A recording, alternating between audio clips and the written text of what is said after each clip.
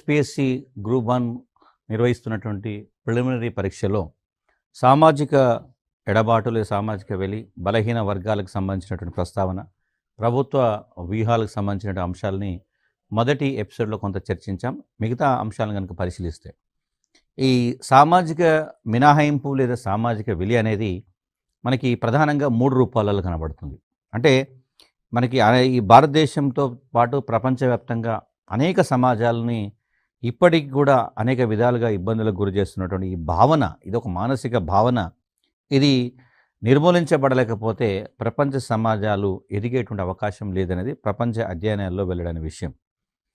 అలాగే మన దేశానికి సంబంధించినటువంటి ప్రస్తావన కనుక, అంటే భారతదేశానికి సంబంధించిన ప్రస్తావన కనుక తీసుకొస్తే, ఈ మినహాయింపు అనేది మనం కేస్ స్టడీకి భారతదేశాన్ని చూస్తే మనకు 3 రూపాలలో కొన్ని వర్గాలు మినహాయింపు గురవుతున్నాయి. ఫర్ ఎగ్జాంపుల్, వనరుల పరంగా చూస్తే ఇప్పుడు సమాజంలో ఉండేటువంటి వనరులన్నీ కూడా సమాజ శాస్త్ర సిద్ధాంతం ప్రకారం అందరికీ అందుబాటులో ఉండాలి.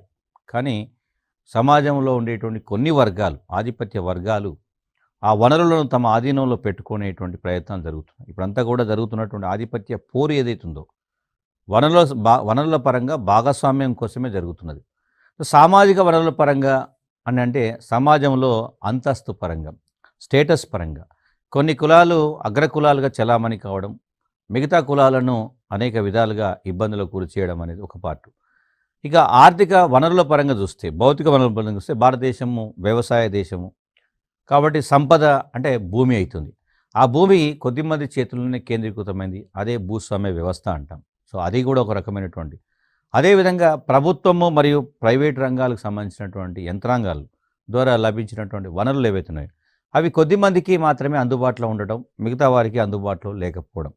అంటే వనరుల పరంగా చూసినప్పుడు అటు సామాజిక, ఆర్థిక, ప్రభుత్వ సేవల పరంగా ఉన్నటువంటి వనరులు ఏవైతున్నాయో అవి కొద్దిమందికి అందుబాటులో ఉండటము, మిగతా వారికి అందుబాటులో లేకపోవడం అనేది సామాజిక వెలికి ఒక రూపంగా చెప్పే ప్రయత్నం చేస్తాం. మరొక అంశం ఏమిటంటే భాగస్వామ్యం పరంగా చూసినాం అనుకోండి. అంటే ఎప్పుడైతే ఏ వర్గం అయితే భాగస్వామ్యం ఉండదో ఏ అంశంలోనైనా ఆ వర్గం క్రమంగా వెనుకబాటుతనానికి గురవుతుంది.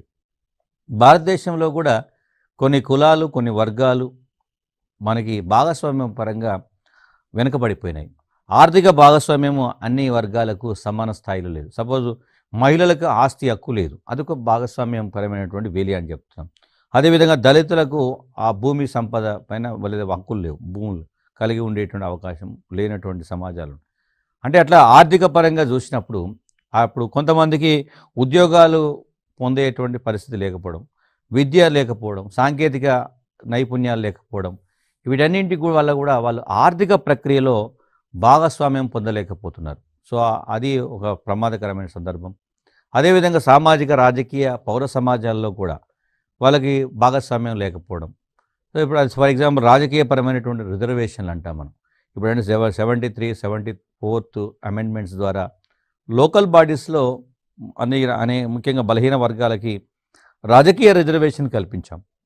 కాబట్టి నిర్ణయాధికారం జరుగుతుంది. పౌర సమాజంలో కూడా మరి కొన్ని వర్గాలకి అవకాశం లేకపోవడం అనేది భాగస్వామ్యం పరంగా సామాజిక వెలిని సూచిస్తుంది. ఇక ఓవరాల్గా చూస్తే నాణ్యమైనటువంటి జీవనం అనేటువంటి ఒక అంశం ఉంది. అంటే క్వాలిటీ ఆఫ్ లైఫ్ అన్నప్పుడు సమాజంలో కొద్దిమందికి మాత్రమే వాళ్ళకి ఆరోగ్యపరమైనటువంటి వసతులు ఉండటం, మిగతా వారికి లేకపోవడం. ఇప్పుడు ప్రభుత్వ ఆసుపత్రులంతా కూడా పేదలకు మాత్రమే ఉపయోగపడతాయనే భావన ఉంది. అంటే ధనవంతులందరూ కూడా కార్పొరేట్ వైద్యాన్ని చేసుకోగలుగుతారు, డబ్బులు ఉన్నాయనేటువంటి సందర్భం ఉంది. అంటే ప్రభుత్వం ప్రతిదానికి ఒక పరిష్కార మార్గం చూపుతుంది. ఇప్పుడు ఆరోగ్యశ్రీ కార్డులు ఇవన్నీ కూడా వస్తున్నాయి. కానీ వాస్తవంగా మనకి సమాజంలో ఈ నాణ్యమైనటువంటి జీవితం గడపడానికి అందరికీ సమాన అవకాశం ఉండాలి. కానీ వివిధ కారణాల వల్ల కొన్ని వర్గాలు నాణ్యమైన జీవనాన్ని పొందగలుగుతున్నారు, మరికొన్ని వర్గాలు పొందలేకపోతున్నారు. ఆరోగ్యంతో ఆనందం ముడిపడి ఉంటుంది, అనారోగ్యం ఉంటే విషాదం ఉంటుంది. కాబట్టి ఈ పరంపరలో సమాజంలో ఉండేటువంటి కొన్ని వర్గాలు విషాదకరమైనటువంటి జీవితాన్ని గడుపుతుంటే మరికొన్ని వర్గాలు ఎక్కువ ఆనందంతో ఉన్నటువంటి అంటే అసమానతలు అనేది మానసికపరమైనటువంటి భావనతో కూడా కనబడుతుందని చెప్పి జీవించే పరిస్థితులు కూడా దుర్భరంగా ఉండడం. ఇప్పుడు అర్బన్ ఏరియాస్లో కూడా చూస్తే బాగా మనకి అనేక 20 అంతస్తుల 30 అంతస్తుల బిల్డింగ్లు కనబడతాయి.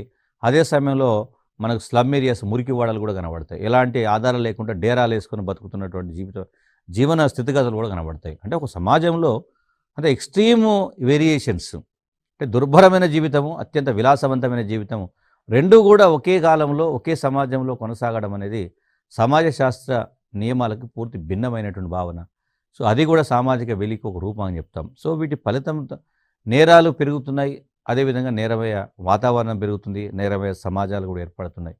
కాబట్టి ఈ నేపథ్యంలో ప్రభుత్వాలు అంటే వీటికి పరిష్కార మార్గాలను చూపాల్సిన అనివార్యత ఇన్నోవేటివ్ ఉన్నది. కాబట్టి ఇప్పుడు ప్రభుత్వ విధానాలన్నింటినీ కూడా ఇవే కనబడుతుంది.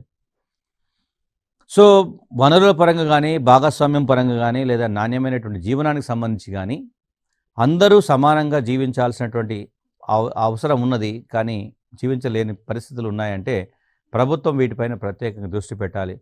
రేపు గ్రూప్ 1 అధికారులుగా మారిన తర్వాత కూడా మనకు ప్రభుత్వం అప్పచెప్పినటువంటి విధులలో ప్రధానమైన విధి ఈ విధి ఉంటుంది. అంటే ఎవరైతే అవకాశాల పరంగా దూరంగా ఉన్నారో వారికి ప్రభుత్వ పరంగా సహాయం అందించడమే ప్రభుత్వ యంత్రాంగం యొక్క ప్రధాన విధిగా ఉంటుంది. అందులో గ్రూప్ 1 ఉద్యోగుల యొక్క పాత్ర చాలా ఎక్కువగా ఉంటుంది. కాబట్టి మనకి వీటిపైన తప్పనిసరిగా అవగాహన ఉండాలి.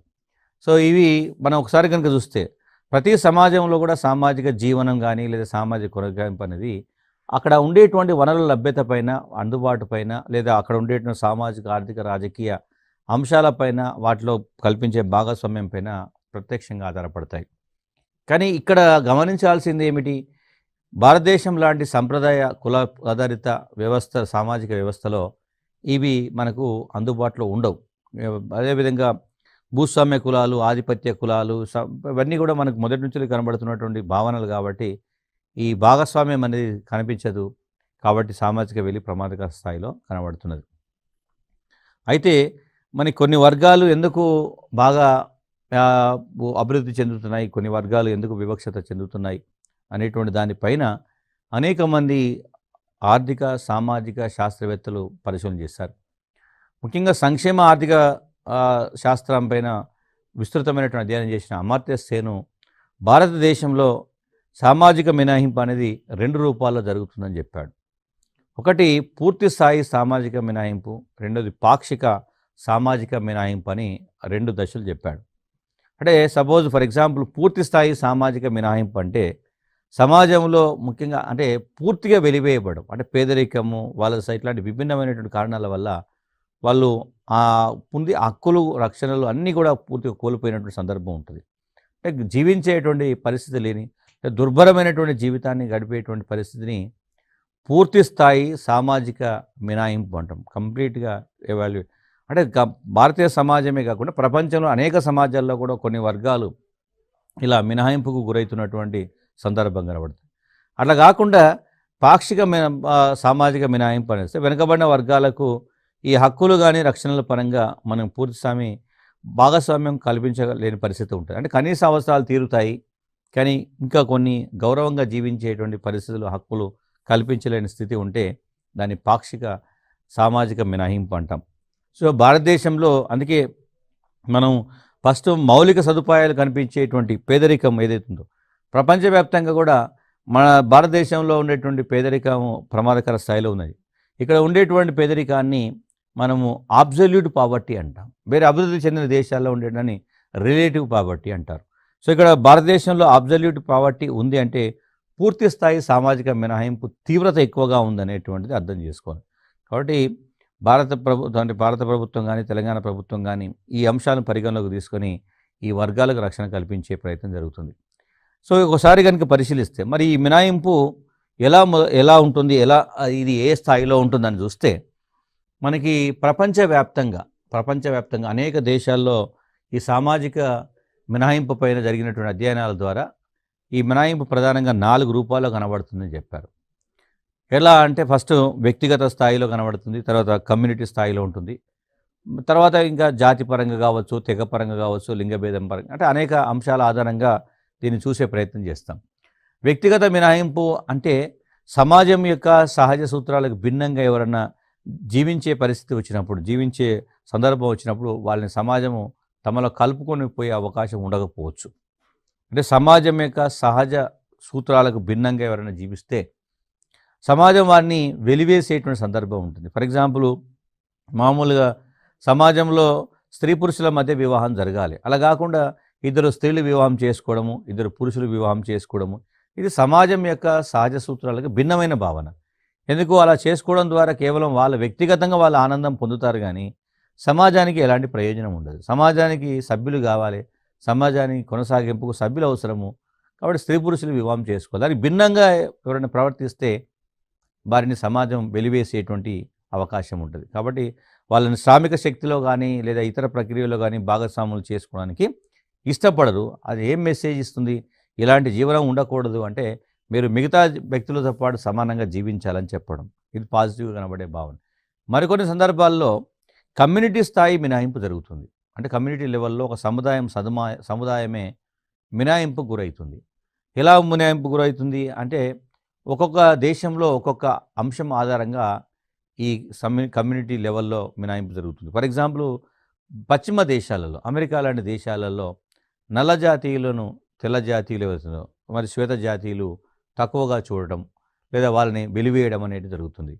భారతదేశంలో మిగతా హిందూ సమాజం కులపరంగా దళితులను వెలివేసినట్టు సందర్భం కనబడుతుంది. అదేవిధంగా తెగలను కూడా హిందూ సమాజం మిగతా సమాజాలు దూరంగా పెట్టడం జరుగుతుంది. అదేవిధంగా పితృస్వామ్య సమాజంలో మహిళలను వాళ్ళు నిర్ణయాధికారం నుంచి వెలివేసినటువంటి సందర్భం కనబడుతుంది. సో అట్లా ఒక పార్ట్. రెండవది ఏంటంటే సమాజంలో కొన్ని వర్గాలు మామూలుగా ఉన్నటువంటి అంటే సామాజిక జీవనానికి భిన్నమైనటువంటి ఆలోచనలతో ఉన్నటువంటి కొన్ని వర్గాలు వాళ్ళు ముఖ్యంగా ఫర్ ఎగ్జాంపుల్ వామపక్ష భావజాలం ఉన్నటువంటి వర్గాలు ఎవరైతే ఉన్నారో, అదేవిధంగా నాస్తికవాదాన్ని కలిగి ఉన్నటువంటి వర్గాలు ఎవరైతే ఉన్నారో, రాడికల్ మనస్తత్వాన్ని కలిగి ఉన్నటువంటి వర్గాలు ఎవరైతే ఉన్నారో వాళ్ళు సమాజాన్ని పూర్తిగా మార్చివేయాలని ప్రయత్నం చేస్తారు.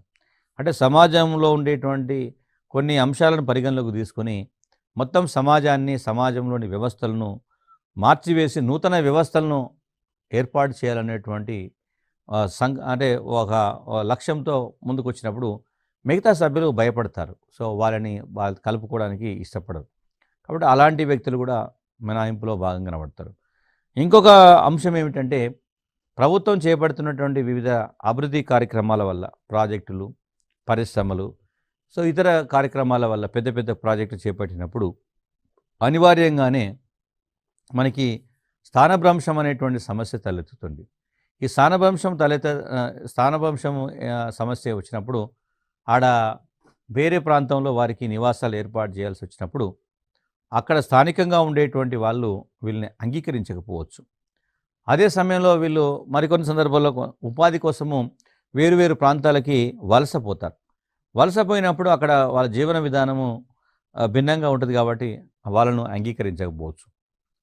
కొన్ని సందర్భాల్లో యుద్ధాలు, విపత్తులు కొన్ని జరిగినప్పుడు అనివార్యంగానే వాళ్ళు ఒక ప్రాంతం నుంచి మరో ప్రాంతానికి వలసపోయేటువంటి అవకాశం ఉంది. సో ఈ విధంగా వలసపోయినటువంటి వారిని అక్కడ వాళ్ళతో పాటు అంటే ఆ స్థానికంగా ఉండేవాళ్ళు ఈ వలస వచ్చినటువంటి వారిని తమలో కలుపుకోవడానికి ఇష్టపడకపోవచ్చు. సో దానివల్ల కూడా వాళ్ళు భౌతికంగా అదే ప్రాంతంలో ఉన్న మానసికంగా దూరంగా వెలివేయబడ్డటువంటి లేదా నెట్టవేయబడ్డటువంటి వర్గాలుగా పరిగణించబడతాయి.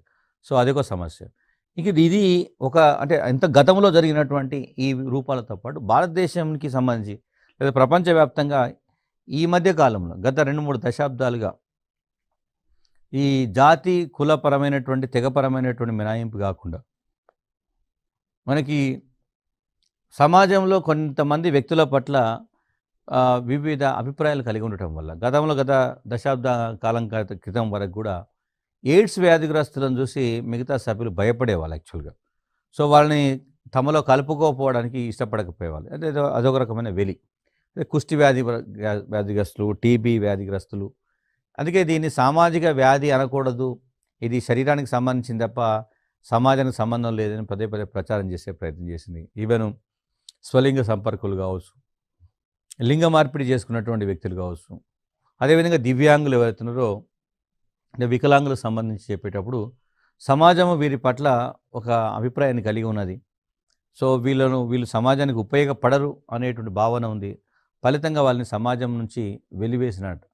సో కాబట్టి ఆధునిక కాలంలో కూడా వేరువేరు రూపాల్లో కనబడుతుంది. గతంలో కేవలం కులపరమైనటువంటి అసమానతల రూపంలో ఉన్నటువంటి దశ నుండి ఈరోజు కొత్త కొత్త అంటే రూపాలలో వెలి కొనసాగుతున్నది కాబట్టి ప్రభుత్వం కూడా వీటికి పరిష్కార మార్గాలను వెలిచేటువంటి ప్రయత్నం చేస్తుంది. భారతదేశానికి సంబంధించినటువంటి కేస్ స్టడీస్ తీసుకుంటే మనం గతంలోనే చెప్పుకున్నాం.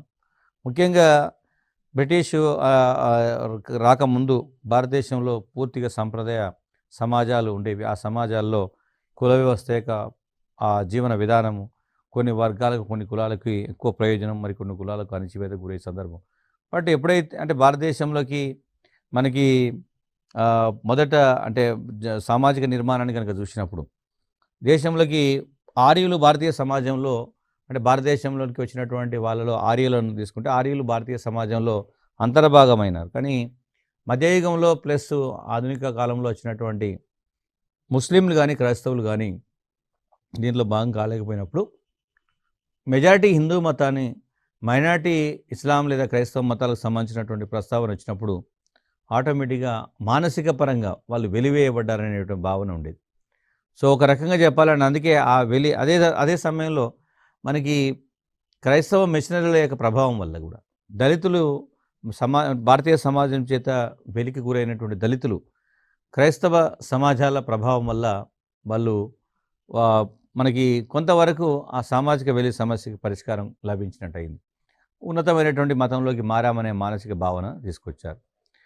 అదేవిధంగా మనకి ఆధునిక కాలంలో ఉన్నటువంటి పరిస్థితులు కనుక చూస్తే ప్రపంచవ్యాప్తంగా దాదాపు అన్ని దేశాలలో కూడా ఈ వెలి అనేది వేరు రూపాలలో కనబడుతుంది.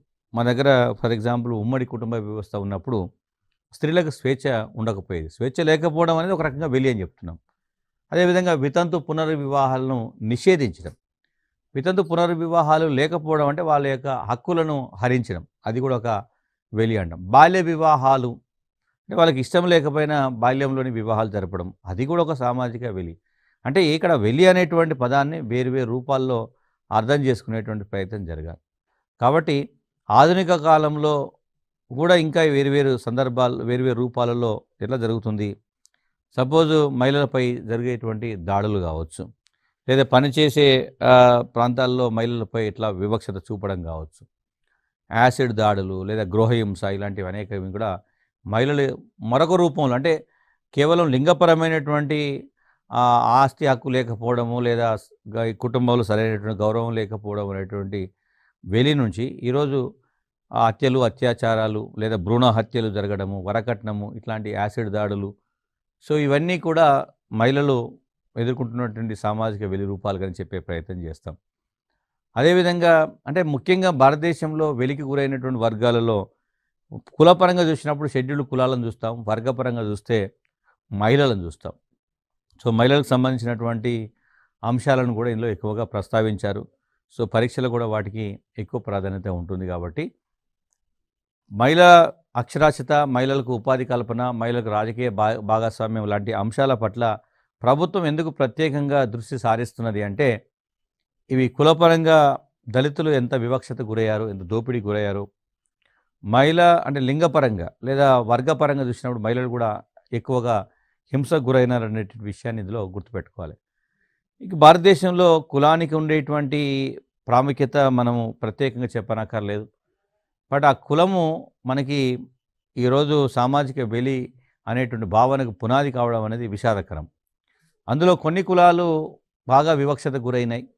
కాబట్టి ఆ వివక్షత గురైనటువంటి కులాలను ఆదుకునేటువంటి ప్రయత్నంలో ప్రభుత్వము అనేక రకాల ప్రయత్నాలు చేస్తున్నది. రాజ్యాంగంలో వారికి రక్షణ కల్పించే ప్రయత్నం చేశారు. ఫర్ ఎగ్జాంపుల్ షెడ్యూల్డ్ కులాలు దళితుల విషయంలో మనకి ప్రధానంగా అంటరానితనము, అస్పృశ్యత అనేది దళితులను అనేక విధాలుగా సామాజిక వెలికి గురి చేసింది. సో ఆ దశలో మనకి సామాజిక వెలిని ఎదుర్కొనేటువంటి ప్రయత్నము ఎట్లా చేశారు అంటే భారత రాజ్యాంగంలో ఆర్టికల్ 17 ఏదైతే ఉందో ఆర్టికల్ 17 ప్రకారము అంటరానితనాన్ని నిషేధించడంతో పాటుగా ఆర్టికల్ 17 ఆధారంగా మనకి అంటరానితన నిషేధ చట్టం తీసుకొచ్చారు.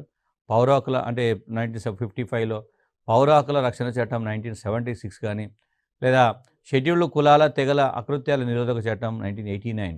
వీటన్నింటి యొక్క సారాంశం ఏంటంటే సామాజిక వెలికి గురైనటువంటి కులాన్ని రాజ్యాంగపరంగా చట్టపరంగా రక్షించాల్సిన బాధ్యత ప్రభుత్వం పైన ఉంది అనేటువంటిది దీనిలో స్పష్టంగా అర్థమవుతున్నటువంటి సందర్భం ఉంది. కాబట్టి కులపరమైనటువంటి అంశాన్ని గుర్తుపెట్టుకోండి. అదేవిధంగా తెగపరంగా చూసినప్పుడు గిరిజనులు అనేక రకాలుగా దోపిడీకి గురయ్యారు. సో ఆ దోపిడీ నుంచి వారిని రక్షించడం కోసమని మనకి గిరిజనుల యొక్క హక్కుల కోసము వారి ఇప్పుడు ఆ అటవీ హక్కుల చట్టం తీసుకొచ్చారు.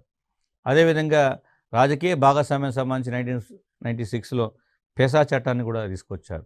సో ఇవన్నీ కూడా అంటే షెడ్యూల్డ్ తెగలు ఆర్థికంగా దోపిడీకి గురైనారు. అంటే భౌగోళికంగా వాళ్ళు నష్టపోయినటువంటి అంటే భౌగోళికంగా విభక్త చెంది ఉన్న సమాజాలు మరి వివిధ రకాల కారణాల వల్ల మనకి వాళ్ళు వెనుకబడిపోయారు. కాబట్టి వారిని కూడా మనం రక్షించాలనేటువంటి ఉద్దేశంతో ప్రభుత్వం రాజ్యాంగంలో ప్రత్యేకమైనటువంటి రక్షణను కల్పించడంతో పాటుగా చట్టాలను రూపొందించడంతో పాటుగా సంక్షేమ ఆర్థిక అభివృద్ధి కార్యక్రమాలు ప్రవేశించడంతో పాటుగా మనకి ఆధునిక కాలంలో వారిని నిర్ణయాధికారంలో పాల్గొనేటట్లు చేయడం అనేది సామాజిక వెలికి పరిష్కారంగా చూస్తాం.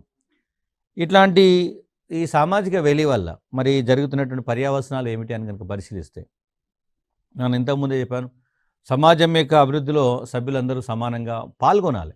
అలా పాల్గొనలేని పరిస్థితి ఉందంటే ఆ సమాజం వెనుకబడిపోతుంది. ఇప్పుడు సమాజంలో ఒక 100 మంది సభ్యులు ఉన్నారంటే దాంట్లో 100 మంది సమిష్టిగా 100 మంది యొక్క మానవ వనరులు సమిష్టిగా అందులో పాల్గొంటేనే, అందరి కృషి జరిగితేనే ఆ సమాజం వేగవంతంగా అభివృద్ధి చెంది. అట్లా కాకుండా ఆ సమాజం ఒక 20 మంది 30 మందిని వెలివేస్తే 100 మంది చేయాల్సిన పనిని 70 మంది మాత్రమే చేస్తారు. మిగతా 30 మంది ఆ పనిలో పాల్గొనలేని పరిస్థితి ఉన్నప్పుడు ఆ సమాజం వెనుకబడిపోతుంది.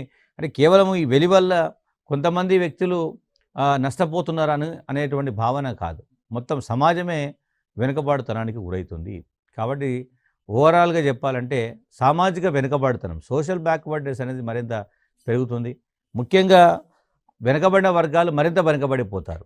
వెలికి గురవుతున్న వర్గాలందరూ కూడా ఇంతకుముందు వెనుకబడిపోయినటువంటి సామాజికంగా, ఆర్థికంగా, రాజకీయంగా, మతపరంగా వెనుకబడిన వర్గాలే ఈ వెలిని కనుక అలాగే మనం కొనసాగిస్తే మరింత నష్టపోతారు. ముఖ్యంగా ఈ చట్టం ముందు అందరూ సమానులని ఆర్టికల్ 14 చెప్తుంది. బట్ వెలి అనేటువంటి భావన పూర్తి భిన్నమైనది. చట్టం ముందు అందరూ సమానమైనప్పుడు అవకాశాల పరంగా అందరికీ సమానంగా ఉండాలి. అలా లేదు. విద్యా నైపుణ్యాలు కూడా లేకుండా పోతున్నాయి. అదేవిధంగా ఉపాధి లేకుండా పోతుంది.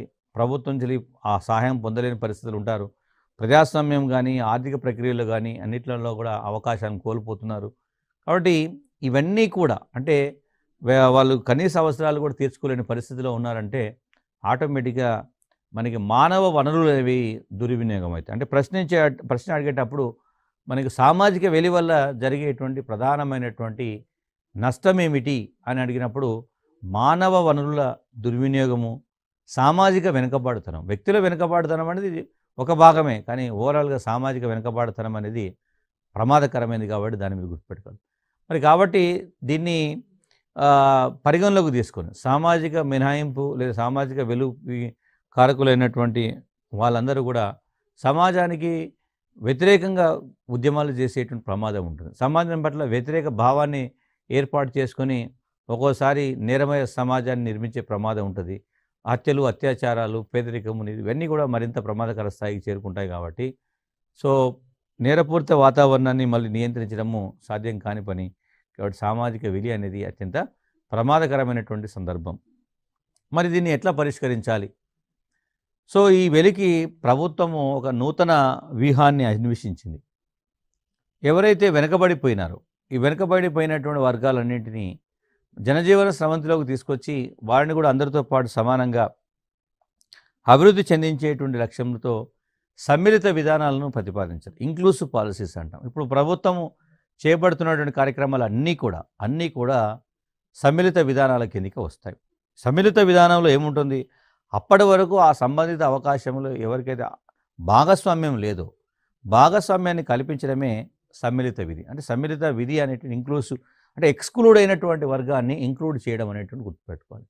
ముఖ్యంగా సెకండ్ వరల్డ్ వార్ తర్వాత, రెండవ ప్రపంచ యుద్ధం తర్వాత ఈ సంక్షేమ భావనలు అనేది ప్రపంచవ్యాప్తంగా విస్తరించినాయి. దాంట్లో భారతదేశం కూడా దాంట్లో సంక్షేమ యంత్రాంగాన్ని భారతదేశం కూడా ఏర్పాటు చేసుకోవడం జరిగింది. అదేవిధంగా మనం భారతదేశానికి సంబంధించి కనుక చూస్తే స్వాతంత్ర అనంతరము ఈ సోవియట్ రష్యా ప్రేరణతో మనము చేసినటువంటి ప్రయత్నాలు ఏదైతే సోవియట్ రష్యా యొక్క ప్రేరణతో పంచవర్ష ప్రణాళికలను మనం రూపొందించుకొని ఆ పంచవర్ష ప్రణాళికల ద్వారా సామాజిక ఆర్థిక అసమానతలను నిర్మూలించేటువంటి ప్రయత్నం చేశాం.